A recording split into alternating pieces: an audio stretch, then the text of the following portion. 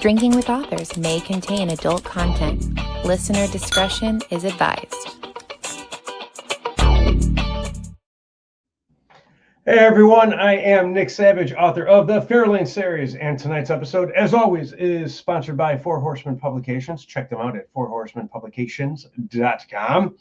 And joining us this evening, we have author J.R. Blanes, author of Portraits of Decay, which takes the paranoia, I can talk, takes the paranoia and intimacy of Come Closer and pairs it with the visceral horror of A Head Full of Ghosts. Again, it's what's in this cup right here. Talking makes it hard. It is an immersive, haunting, and original novel. And I am reading this from a guy named Richard Thomas. So if he's saying it and I'm saying it, it is true. Always true. What are you drinking tonight? So right now I've got a little spooky coffee cup, and I put a little Bailey's in with the coffee to give it a little kick here. So usually when I'm writing, I like to have coffee to kind of keep me awake and keep me going, but sometimes I like to add a little spice. Sometimes it's whiskey, sometimes it's Bailey's. Bailey's and coffee, probably one of the best coffee drinks. I tried once. I wanted Jameson and coffee, and they didn't have coffee. They had espresso, which is slightly different. Like coffee snobs like me know the difference between coffee and espresso. And Jameson and espresso is definitely worth trying. Oh, I'm gonna put that on my list. There's a place in New Orleans, since we're talking about my book, which takes place there, called Evie's, that they do a bunch of different coffee drinks with a bunch of different liquors in it. It's basically all their coffee drinks have liquor in it. I highly recommend going there and giving them a try, because they always have like new things coming out too, but they have a bunch of different ones, and they have a bunch of different whiskey and coffee or whiskey and espresso. So here's my question about Evie's, because as someone who's been to New Orleans a whopping one time for my honeymoon, all my favorite places that were down there when we went have since closed down. So, and we were in the Garden District mostly, and we did go to the French Quarter and other places. Where is Evie's? It's in the French Quarter. It's on Decatur Street. Okay. I don't remember what the cross street is, but it's not far from what's the famous beignet place that's skipping Dumont. Yeah, Cafe Dumont's. Yeah. It's on the opposite side, probably about a block or two away from there. Okay. But it's pretty recognizable. But yeah, it's on Decatur Street, right in the French Quarter. Now, as someone who said they used to work, not me, you, on a private train car that went from Chicago to New Orleans, do you have a preferred beignet place down there? I still love Cafe Dumont. I think it's actually probably the best place down there, honestly. Cafe Beignet is actually really good too. But I mean, even though it's a very touristy spot, I would say like that's still my number one place to go if I want beignets. Breakfast at Brennan's is really good too for beignets, but their breakfast in general is amazing. A little high end, but it's definitely excellent. But worth the money if you're going to go and spend some money in New Orleans breakfast. And if you're going to go to New Orleans, you better be willing to spend some money. So, yeah. If nothing else, tip the street musicians, because they work hard to be as good as they are, and they are nothing to scoff at. Not at all. And if you find the guy that will write you individual poetry on the street, definitely tip him too, because he's great. And he writes some great poetry based on just getting to know you for about a whole 2 minutes. Oh, well, that's actually really cool. I have not seen him. And he's got like the old school typewriter out there, and he's just sitting there on has a little box that it's sitting on, and he just sits there and types up stuff. Hopefully he's still down there. So it's been a little bit since it's been about 10 months since I've been down there. So hopefully he's still around. Oh, that's a lot sooner than last time I was down there. So hopefully he's still down there too. Yeah. I haven't been down there since 2013. That's a while. I think you need to go back. I do. Me and my wife want to move there. We were like, we would love to retire here one day. And then we realized how expensive it is. And having moved to Florida, how much we hate hurricanes and don't want to live in a place that gets hit worse with hurricanes than where we live now. So as much as we love New Orleans, great to visit, don't really want to live there much anymore. That I can understand that. So tell me about, besides that it takes place in New Orleans, tell me about Portraits of Decay. So Portraits of Decay is about an up-and-coming artist named Jefferson Fontenot, who's gotten his foot in a very popular gallery down in New Orleans called the Carondelet. But he's gotten this through his girlfriend at the time, a woman named Gemma Landry, who's kind of an art influencer and is kind of known for being someone who knows everybody in the art scene, but she's also kind of very possessive and very not popular in the sense that she rubs a lot of people the wrong way, including the owner of the Carondelet. But she is also interested in stealing the Carondelet. She wants it for herself. The problem is that she finds out that Jefferson is having an affair with his muse, the photographer Neva Parker. And when this happens, Gemma decides that she cannot let him go. So she goes to a swamp witch named Merlanda St. Pierre and gets a magical potion that puts him under his spell. And things go, as you can imagine, horribly wrong from there. So it's a tragic love triangle that has to do with art, obsession, voodoo, and black magic, and the differences between like voodoo and witchcraft. And then, of course, about the city of New Orleans. That sounds wonderful. Now I have to ask about the names, because a lot of people, when they write, especially darker, horror, thriller, stuff like that, they tend to result to like, oh, his name is Mortimer or something that's, you know what I'm saying? And your names are a little more, they're not overly common. They're not like there's 8,000 girls running around in every town called Gemma, but it's not rare or hyper unusual. You know what I'm saying? Right. Did you choose more normal names on purpose to make it more like, what was your thought process behind that? I think, well, I was trying to think of Southern sounding names or names that would fit, in New Orleans. So, and names that I always try to find names that fit with my character. So Gemma Landry, being that she's a white woman, being that she's someone who comes from wealth, someone who her parents are in real estate and they've kind of, made her into this type of person. I felt like that name just really fit that kind of personality. Jefferson Fontenot, obviously, a man of color, a man who hasn't come up with a lot of money or backing behind him, and someone who's very artistic. And I just wanted a name that sounded like it could be an artist name or a very famous artist name. So I really like that kind of. I mean, originally it was Jackson, but there's Jackson Square, so I didn't want that to be confusing. Yeah.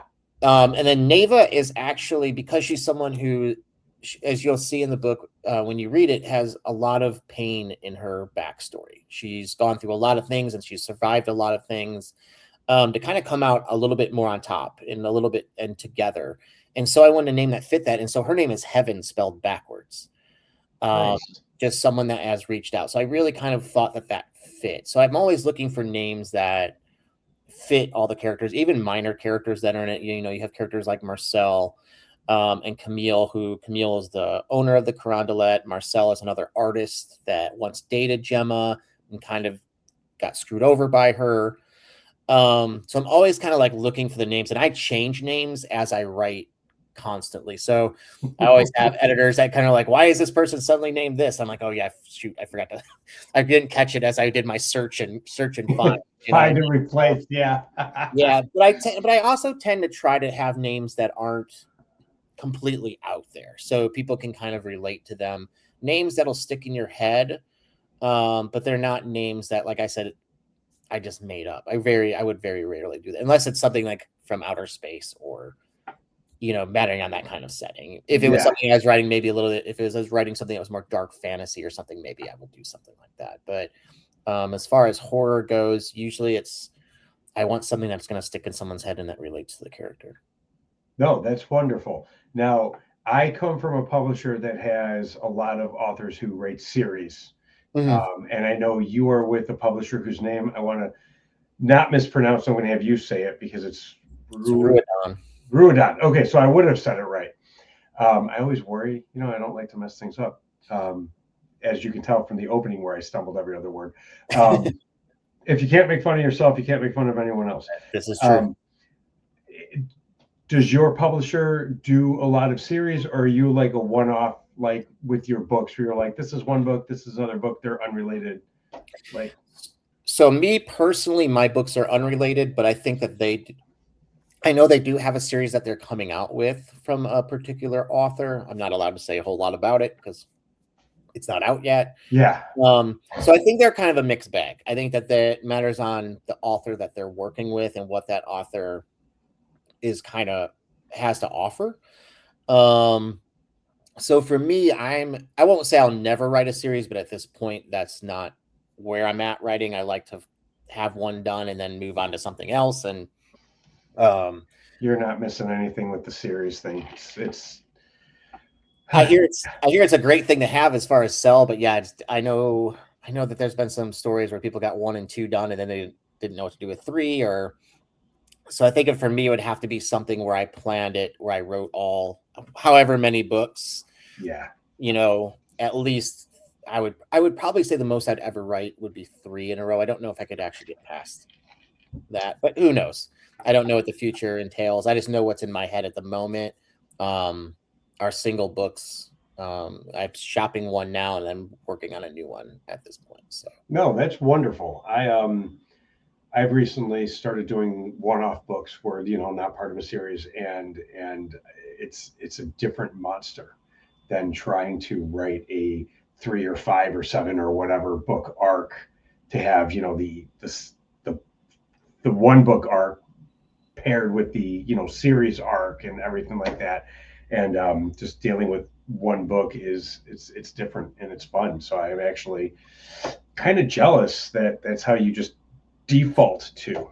I think a part of it too is I'm not a plotter, I'm a pantser. So a lot of times, and if people don't know what that means, a plotter is someone who plots their book before they write. A pantser is someone who just starts writing and sees where it goes. And I should say I'm a little bit of a mix, because once I have a rough draft, I will do a little bit of plotting on this, new drafts. But as far as like a first draft, I kind of just sit down and start writing to see where things go. So I think that's why I probably haven't taken on a series either. It's like I would feel like if I was writing a series, I'd have to know the bigger arc and the smaller arcs before I could start writing it in that way. So that might be one reason I haven't done a series yet. No. Trust. You said something where a series probably requires more planning and plotting, and it's fun because a lot of writers, we just want to stun and write. You know what I'm saying? We're just like, keyboard, clackety clack. And I actually have a keyboard that sounds like a typewriter, so it's great. But the plotting part to me is a lot of fun, because you're like, and then we're going to need something here, and then you realize it doesn't work, and then you're adding in characters, and you're like, what's their backstory, and can we work any part of that in? And you know what I'm saying? And it just grows. But then sometimes you have to scale it back. You know what I'm saying? So it's nice to just be able to do one book and say, this is it. This is done. It's there. And because you said they'll write 2 books and never get to the third in a series, readers, especially nowadays with the rise of the indie author and stuff like that, are very hesitant to buy from an author whose series isn't complete if they're not well known, because they don't want to have that that happen to them, where they're 2 books into a series they love, and then the author's like, screw writing, I don't like it. Right. I mean, or even think like George R.R. Martin, who I think is just wrote himself into a corner and doesn't know how to get himself out of it. And I would feel, I think me personally, I would feel like I have to finish it somehow. I'd have to get that to readers. I think that once I sort of start a project, it's hard for me to kind of put it away. I have to kind of finish it. I have to get it to the end of it. Yeah. Even if it's something, I mean, I've had short stories that I finished and they'll never see the light of day because they weren't good or whatever. I just, couldn't get them to work. I still have to finish them to a certain point before I decide, like, no, I'm not going to work on this anymore because it's not working for whatever reason. Oh, exactly. So aside from the books in your, well, first of all, I had mentioned earlier the train car thing. Mm-hmm. Private. Can you talk about that? I don't. Yeah. It's a private train car, so I wasn't sure if you were like someone's like chauffeur on a train car. Like, no. So I worked for a company called oh god, what were they called now? UP or something like that. I forget the name of them, but they were doing Pullman cars, which people in Chicago would know what Pullman cars are. They were really big back in the day. We even have a Pullman neighborhood. So they would take old cars from anywhere between, I think our oldest one was 1918, and then the newest one was like 1945, and they would redo them and they'd rebuild them. So we had like dome cars, which were, double deckers that have like the glass tops. That's where we do like most of our restaurant. They're the ones with the galleys and the bottom and everything. So those tended to be like our restaurant or bar service cars. And then we'd have different kinds of, we'd have a lounge car and we have sleeper cars. So they redesigned Iowa Pacific Holdings. That was the name of the company before I forget. So they had rebuilt all of these cars, and the idea was that they would be pulled by Amtrak to different areas. So, and the first one they decided to do was the city of New Orleans train trip. So Chicago to New Orleans. So I did that for about 3.5 years. I went to a couple different places, like we did New York. We did a train trip out in San Francisco that went from San Francisco to Reno. And I did that for like 7 weeks. So I traveled a little bit, but my main route was from Chicago to New Orleans. And I would leave Chicago on Thursday, get to New Orleans on Friday, and then I'd have Friday night and Saturday and Sunday morning off to hang out in New Orleans. And then I'd leave on Sunday night and get back on Tuesday and then have Wednesday and Thursday off and repeat. So I spent I was like, New Orleans became like my home away from home for a long time. Like I was there actually more than I was in Chicago, for the most part. And it was really cool. I mean, we had a lot of people that would come down, and it was, kind of expensive, but it was an all you can eat, all you can drink. It was all included in your ticket. And it was a great experience, but they just couldn't get enough ridership to keep it going, unfortunately. So, that's sad. yeah, that's what ended up killing it in the end. Actually, they had a couple of famous people, and Jessica Lange wrote it once. Nice. Yeah, from American Horror Story. Her and I think it was her niece, were on it, and she was very, very nice, very polite.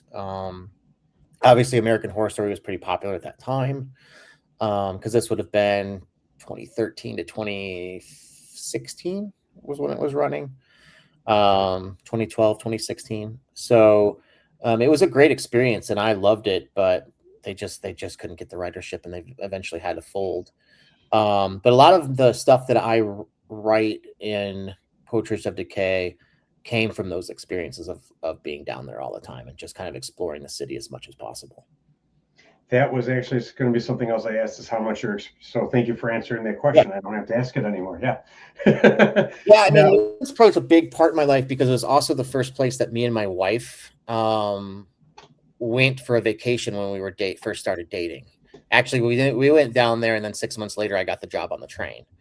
And we were down there for a week, and I just fell in love with the city. And then, when 2020 came around, and I was trying to figure out like what I wanted to do with my writing.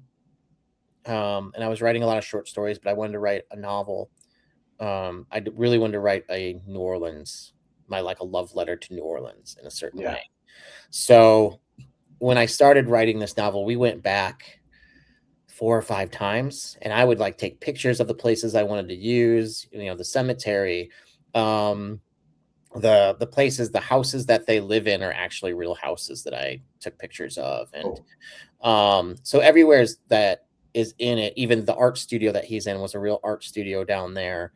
The only thing that I kind of made up a little bit was the voodoo shop, which was basically, I took about 3 or 4 different voodoo shops and kind of made one out of it, because I couldn't find one that had everything I wanted it, because some of it, some of them are like the real voodoo, like the real religion of voodoo, which I wanted in there. And then some of them are the tourist versions, or what we think of the Hollywood version of voodoo, with all the dolls and the grease. And so I kind of wanted to have a mixture of both of those. Yeah. So I just kind of took pictures of all of it and then kind of built one, imagined one in my head. And obviously I don't know if there's actually swamp witches out in the swamp, but I definitely spent a lot of time in the bayou. Actually, the train used to go right through the bayou as we were going into New Orleans. And then I, spent a lot of time out there too. So yeah, I wanted to make it as realistic as possible. And then learning some of the Cajun language and Creole language and what they call the Yat language, which is their form of slang. Like I did a lot of talking with people, and I took some classes, and I read a lot of books about it and did tons of research because I wanted it to be as authentic as possible. That's wonderful and very commendable as well, because I know a lot of authors, some authors, I don't want to say a lot, but there are authors out there, I'll leave it at that, who write and make stuff up that they don't know about instead of doing the research into it. You know what I'm saying? Mm-hmm. And so it's nice to see when an author actually takes some dedication to do what you did and learn the culture as much as you can instead of just making gross assumptions. So I think I'm always, for one thing, especially in New Orleans, I've heard of New Orleans making fun of books that take place down there. They're like, this author has no idea what they're talking about. You know what I mean? Obviously they came down there and had a vacation at one point in time and decided to write about it and did no other research. So I didn't want to be that person. But in all my writing, I think research is one of the funnest things. It's also like, my wife's always like, can you write about like Spain so we can go travel? Like, you know what I mean? Can you write like, so she loves it because I like using real settings, like real places. So for me, that's kind of the fun of it, because it is like, gives me a reason to go travel there and visit there and do a lot of research, and especially about the culture. And like, I love all that kind of stuff. So for me, I think that's part of the fun of writing and getting to learn those new things. Some authors, writers, whether it's TV, books, movies, they will fictionalize real places a little bit for sake of the story. Like in one of my favorite shows, The Mentalist, you can go from Sacramento to Colorado in 4 hours, which is completely unrealistic. Like, right. Right. That's not going to happen. But for the sake of storytelling, they make it happen. And if you ever get a hold of like the Bible for the show or the pitch for the show, they even mention it's a fictionalized, California for storytelling purposes. I did that a little bit. I have a scene where they're in New Orleans and they're at Tippy Tina's for a show and in a recording studio, and they go to like the beignet shops and stuff like that. And I use the real names, but I fictionalize the locations just for ease of storytelling. Mm-hmm. Since you put so much research into your book, did you try and keep everything as accurate as you can, or did you find yourself having to do some of that fictionalization just for the ease of the story? I think there's a couple moments where you kind of have to. Obviously, like I said, the voodoo shop is fictionalized because I couldn't find a voodoo shop that fit exactly what I wanted. So I kind of incorporated 4 different ones. Or there's like the apartment which Neva lives, the outside's real, but I had to kind of use, I couldn't get into one of those apartments. I actually tried, but there was just no way that anyone's going to let me walk around their apartment. So I was just like looking at pictures online of apartments that were similar. So I had to fictionalize that a little bit. So there was like things like that, but I mean, I would even go as far as like mapping distances, like how long would it take from them to get to the city into the bayou? Like, so so I was actually trying to be as accurate as possible. There's a part at the end where Jefferson does this long walk, and I think it would probably take a little bit longer than it takes in the book because I needed to get him to the end at this point, so maybe that's not quite as accurate as it would be. But for the most part, I really try to be as accurate and as real as possible, because I think for me, that makes the horror even scarier, is when you're like, oh, this really could, there's so much fantastical things in it as far as like the gore and what happens to this person. So when you set that with the reality of things, I think that just makes it that much more scarier for me personally. No, that is wonderful. And yeah, like when you're saying you kept the distances kind of as real as possible, I was like, oh, that's so hard to do. That is so hard to do. It is. And like, you can drive out there and measure it and things like that. And you're like, okay. And it's always weird because like, Chicago, we talk about things either in blocks or whatever. And so every city or every town has their own way of describing distances. So that might not be quite as accurate, because it's always hard to figure out how. I was looking for that. Like, I'd be like, how do they talk? If someone was asking for directions, like, so you're trying to find people in New Orleans down there and asking them for directions just to see how they say it, because everybody has their own way of saying things. Like, and so like anytime I do that, I try to be as accurate as possible. Obviously, there's going to be probably someone who's like, no, he got this wrong. And that's okay. I mean, I can only do so much research. I don't, I live down there sort of part-time, but it's not like I'm from there. But I wanted it to be as accurate as I possibly could get it. So you're from Chicago. I'm originally from Chicago. And like you said, everything's in blocks, and I always did it in minutes. Yeah. How far away is that? Oh, right now it's about 10 minutes away. Yeah. There's absolutely no relatable concept to that, except it's going to take you 10 minutes. That could be in rush hour traffic, a 3-block drive. Right. You know what I'm saying? Or a 2-block drive, depending on where you're at. It could also be 10 miles away. It just depends on, but roughly, if you didn't know, it was 20 minutes. Yep. Yeah. And then we'll be like, and city blocks are always weird here in Chicago because they're different sizes based on where you're at. Yeah. So just saying like 3 blocks really doesn't mean a whole lot. And you're still kind of guessing anyway, a little bit. You're like, you just go, 3 blocks that way, take a right. And it's like a few more blocks down that way. And you'll be right there. You'll see it. Yeah. And my geography and sense of direction is horrible. So like when we go back to Chicago and stuff, and like we're just walking around like wherever and stuff, because we do eventually one day want to move back, and we go there just to make sure we still want to move back. I forget how big like the upper and lower Wacker Drive is. Yeah. That's still usable, like there's stores and content and stuff there. And then you walk a little too far, or get to like that unspeakable 3rd level of Wacker where you end up at the city impound, which I've been at many times. I was just there recently. So did you do what I did and forget to move your car on street cleaning day? It wasn't me. It was my wife. She parked in a place that she thought was okay and didn't realize they turned someone had turned the sign around and she didn't see it. So it was a total accident. But it happened to be on a day that I had an event and I needed the car to go to Milwaukee. So it ended up being a whole big hassle. But yeah, just going down there is like, I'm going to have to write a story there at some point because it's so grim. It's like, oh, this is why they put the Dark Knight down here, because it is grim and gross. And it is grim and gross. And they've cleaned it up a lot. Like when I was in college back in the late 90s, early 2000s, I would get my car towed and I'd have to walk to get my car picked up from one of 2 impounds. And one of them was on the other side of Cabrini Green. Oh, yeah. And I'd walk through Cabrini Green, but I had like this full-length duster trench coat. I looked like some wannabe Blade guy, you know what I'm saying? Right. And people were nice. It wasn't like in the Dennis Leary movie Judgment Night, you know what I'm saying, where they're just kids, they're who aren't, they're in Cabrini Green, they're in the projects, but they're not these like criminals like the media makes them out to be. And it was a wave of a hand, how you doing, and just keep walking and doing your thing and leaving people alone. They left you alone. Yep. And now it's gone.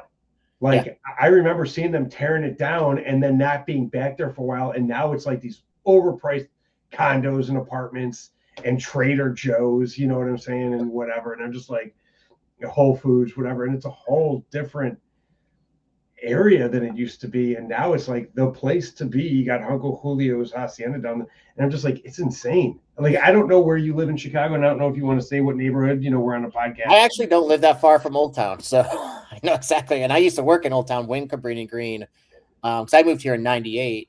So Cabrini Green was still around. And I used to work at a bar called Great Scott's that was in Old Town at that time. And so you would see, we'd ride our bicycles through Cabrini Green to go home.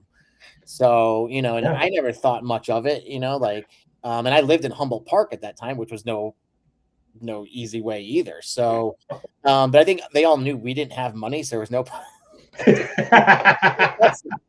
oh, this guy's got no money. He's got no, cash on. He's poor, so I'll just leave him alone. Like, yeah, we used to hang out. Like, I know Great Scott's. I can't remember if I've been there or had been there, because when I was 18, no one carded me. Like, I was able to walk in bars and no one carded me. And I don't know if part of that was because of I was in Lincoln Park at the time, and it was like, oh, it's all college kids, don't card them. Or if I just really did look that much older. But we'd go to like Shenanigans down on the Gold Coast, you know what I'm saying? And a lot of the Gold Coast bars and everywhere. And it's such a fun town if you like to drink. Like, there's just a lot of drinking in Chicago. It's still that way.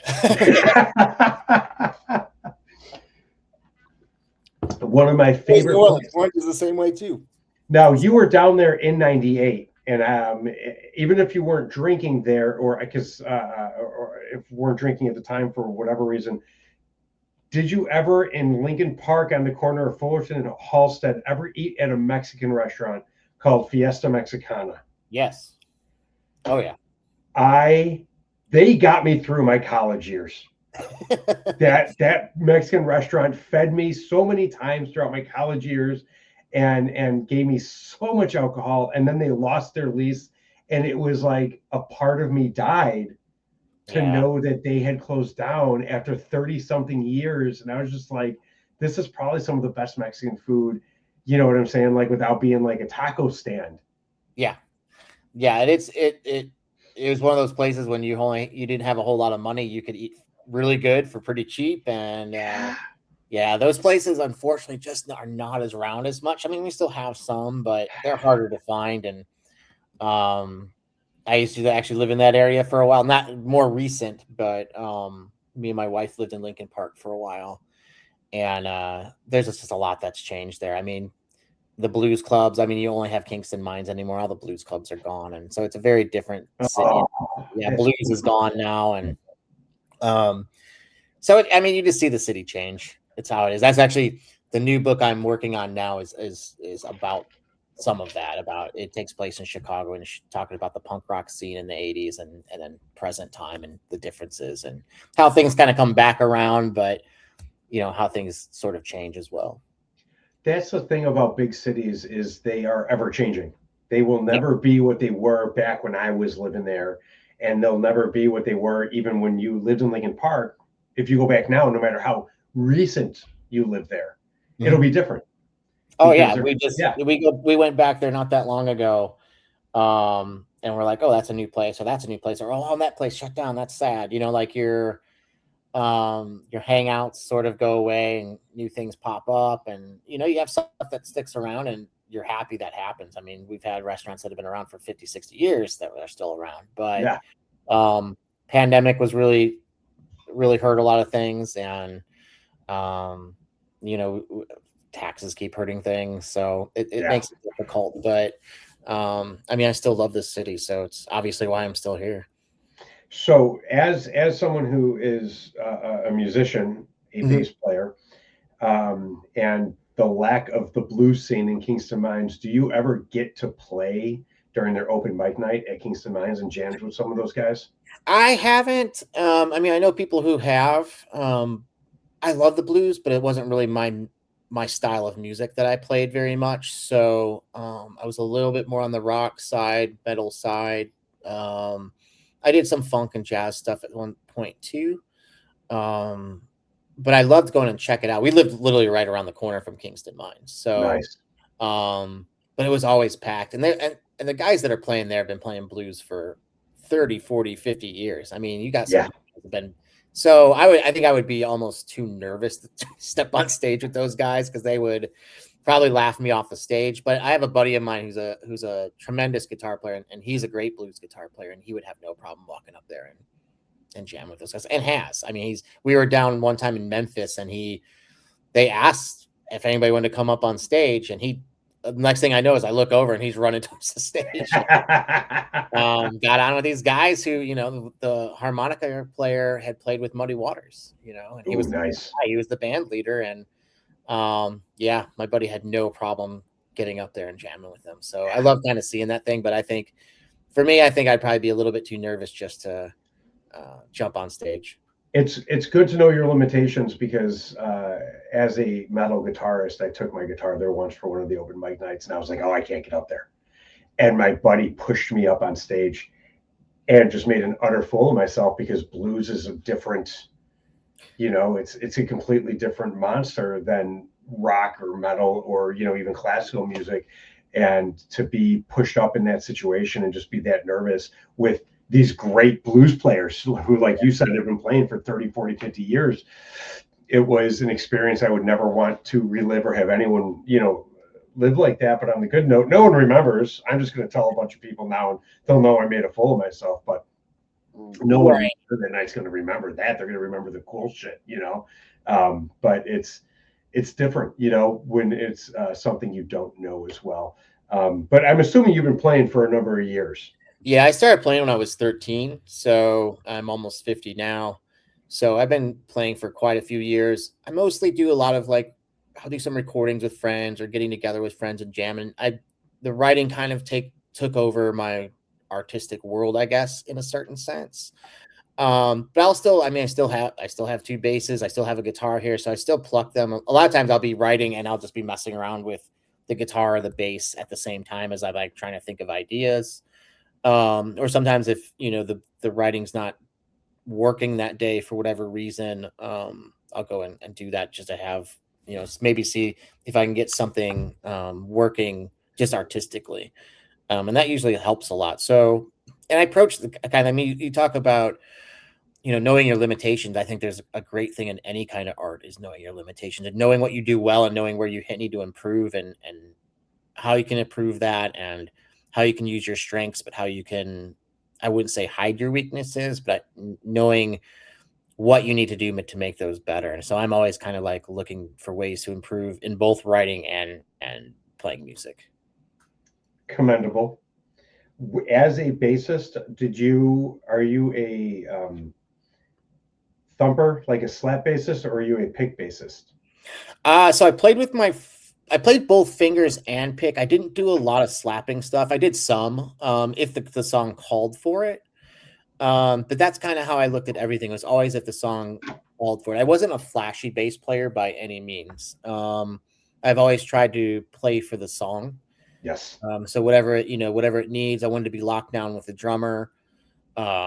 So I think that was kind of like my main focus. So the great thing about being a bass player is you're kind of in the background a little bit. You know what I mean? Like I wasn't really trying to show off as much at that point. So my focus was more about how can I strengthen the song, the guitars, the music, and then I can get off stage and go have a beer afterwards and not have to have people asking me a billion questions usually, other than the other bass player in the other band who wants to talk about, like, what kind of instruments you're using or amps you're using. There was always those conversations, which were fine.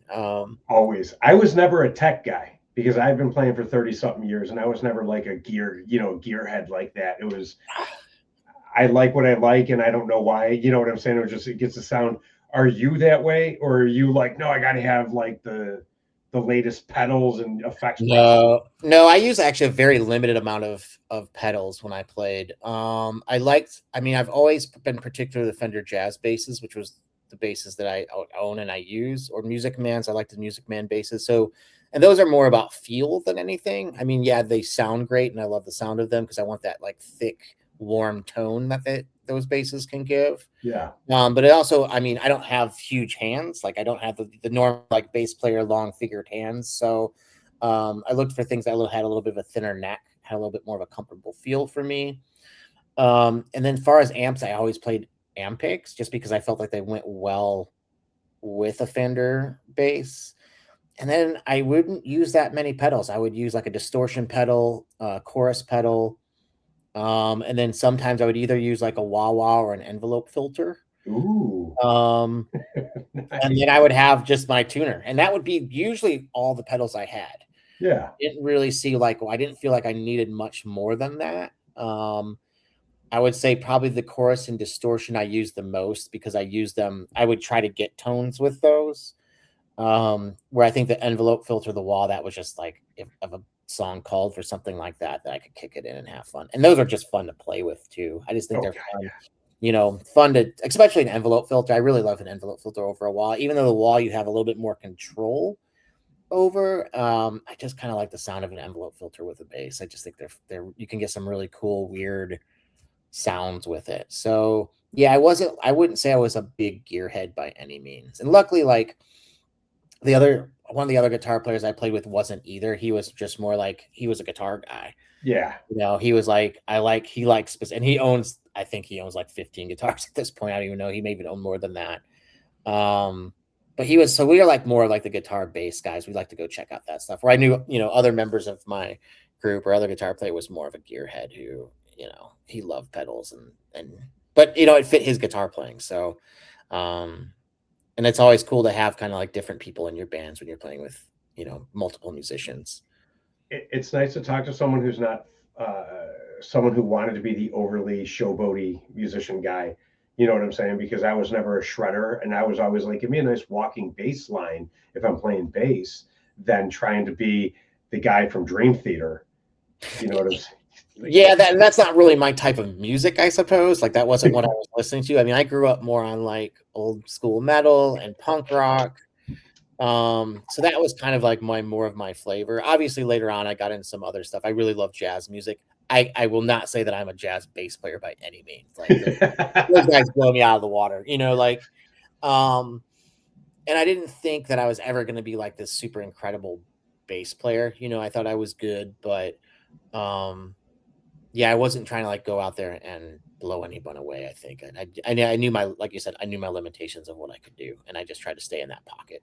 So encompassing both the music and the writing, do you have any authors or musicians who influenced you in your style?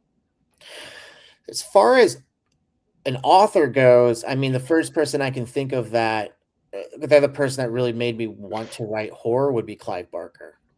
So, I mean, I just read him as a young kid, and he was kind of the first one that showed me you could write these kind of horrific things and scary things and get away with it. So, he was a big influence on me, as far as like who set me on that kind of path to write horror.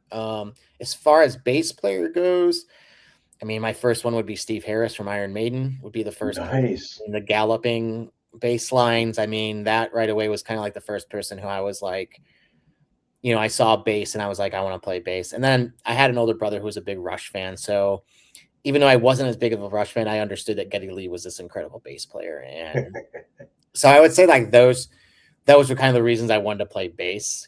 Also everyone else was playing guitar and drum. So I was like, well, if I play bass, I can play with a tons of different people, so I won't have to worry about ever not being in a band. But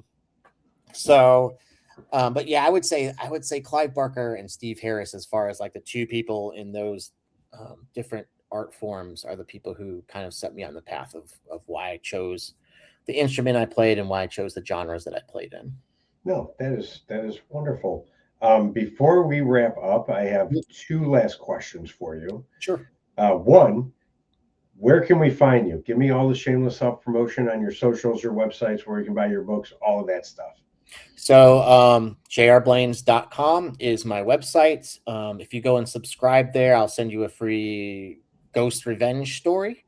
But you can also get the book off the website. You can also, there's links to a lot of my short stories that's out there. You can go to ruidonbooks.com and buy from them. I'm also in Amazon, Barnes & Noble, and in bookstores wherever they sell books. If they don't have them in your bookstore, ask them and we will send them to the bookstore. As far as like where you can find me, I'm on social media. I'm on Facebook. So it's always usually jrblanes76 is usually my handles for all my social media. So Instagram I'm on, and BlueSky are like the three main ones I do anything on. I would say Instagram is probably the one I do the most on. But I kind of do a lot of writing stuff on BlueSky. So if you want to talk writing or chat about anything, that's the good place to kind of get me talking about that. Facebook's more of just somewhere to market and have friends on it. So, but I also have a link tree, which is also Linktree JR Blanes, which could link you to all those things. So you can just go there and find me there. So that's kind of where you can find me. Nice. Thank you so much. And lastly, if an aspiring writer came up to you and asked for advice, one piece of advice, what would that be? Be yourself. Don't try to be anyone else, even if it's, we all see things that are being popular in certain genres at certain times, whether it be vampires are popular right now or literary horror is popular. That's what's like big right now. Don't feel you need to like follow that path. Because by the time you are writing it, it may be that trend already might be changing or over. So the best thing to do is start your own path and do your own thing. And I think that's in any kind of art. Just do what you want to do. Write the story you want to write the music you want to listen to. If you want to listen, I wrote a book called Portraits of Decay because I wanted to write about New Orleans and voodoo and black magic and do a tragic love tale. So I wrote that. When I played in bands, it was I wanted to do this hardcore rock band at that time, or I wanted to be a funk rock jazz thing at the time. So it's whatever I was interested in. It wasn't because I thought was what was popular at the time. Actually, a lot of times it wasn't what was popular at all. So So that would be like my advice is if you're gonna in any kind of art, obviously, study your influences and you can learn from them, but eventually find your own voice and just go with it and know that you're going to get some rejections, you're going to get pushback, but in the end, you'll be more satisfied with what you're doing because you're doing something that's authentic to you. Thank you. That is probably some of my favorite advice. Be you. That's it. Be yourself. I want to thank you for being with us today. You have been an absolute wonderful person to talk with, and we're going to have you back sometime in the future, man. So thank you so much for everything. Yeah, thanks, Nick. This was a lot of fun, and I appreciate it, and it was great talking to you, and I look forward to doing it again sometime. Thank you. Thank you. And for everyone who has watched with us, thank you so much. Follow us along on Drinking with Authors. Listen to us on anywhere podcasts are or on YouTube. And until next time, remember, Portraits of Decay, anywhere you can get it. It costs nothing to be kind. Be good. We love you. Thank you for listening to Drinking with Authors. Join us next time for another fun conversation with an author over drinks.